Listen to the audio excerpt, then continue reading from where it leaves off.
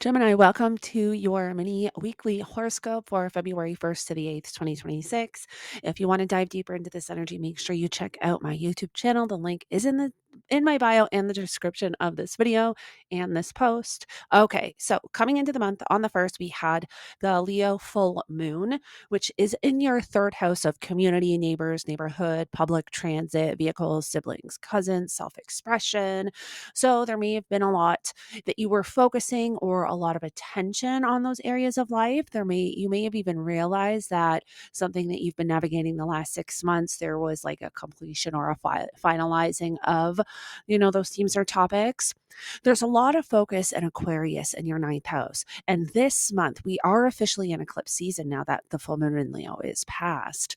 And so, being in eclipse season, especially having this first eclipse in Aquarius, which is going to be the first eclipses in this cycle of eclipses in Leo and Aquarius, this solar eclipse that we're having in Aquarius this month is initiating us into these changes that we will be navigating for the next 2 years.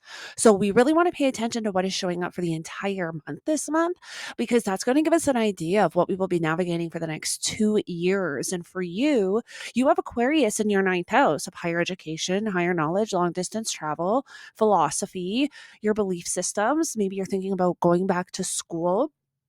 There may have been a lot of changes within your career because you have the North Node up in your 10th house of career.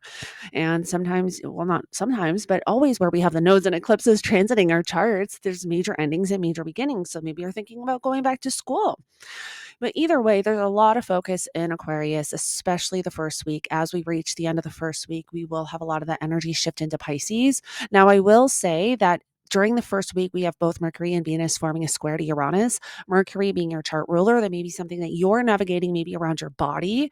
Remember, Uranus is the planet of shock, disruption, and chaos. Being your chart ruler, which literally represents you, there could be something around your body. I definitely don't recommend changing your appearance this week because you could go for a haircut and it just doesn't turn out the way you want. But Mercury also rules your fourth house of home and family, property, and real estate. So there might be something around home or family that you're navigating. And then Venus actually rules your 12th house and your fifth house of children and creativity and passion and romance. So there might be something too around children this week that you're having to navigate. But Gemini, if you want to dive deeper into this energy, make sure you check out my YouTube channel. You can watch the full forecast where I go deep into each week of the month for February for each rising sign.